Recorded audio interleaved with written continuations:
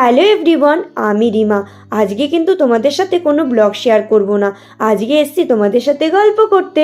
তো আমার না গল্প করতে করতে রান্না করা বা গান চালিয়ে রান্না করতে খুব ভালো লাগে, কিন্তু আজকে বাড়িতে না কেউ নেই। তাই ভাবলাম তোমাদের সাথে গল্প করতে করতে আজকে রান্নাটা কমপ্লিট করে ফেলি। তো আজকে বানাচ্ছি পনিরের তরকারি।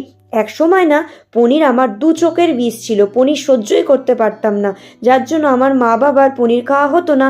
কিন্তু বিয়ের পর এই বাড়িতে এসে দেখি প্রত্যেকেই পনির ভালো খায়, নিরামিষের দিনে পনির তো হবেই। তো আমার খুব অসুবিধা হতো, তখন এই বাড়ির মা বলেছিল, আরে সব কিছু টেস্ট করে দেখ, যদি ভালো না লাগে তো নেক্সট দিন থেকে আর খাবি না। তো এই কথাগুলো কিন্তু আমার মাও বলতো, কিন্তু মায়ের কথা আমি শুনতাম না। কিন্তু এই বাড়ির মা বলেছে, এই মায়ের কথা কি অমান্য করতে পারি? তো তখন থেকেই পনির খাওয়া আমি শিখে যাই, তার সাথে সাথে রান্না করাটাও শিখে গেছি। তো বন্ধুগণ, আজকের গল্প এবং রান্নাটা কেমন লাগলো সেটা তোমরা কমেন্ট করে জানিও।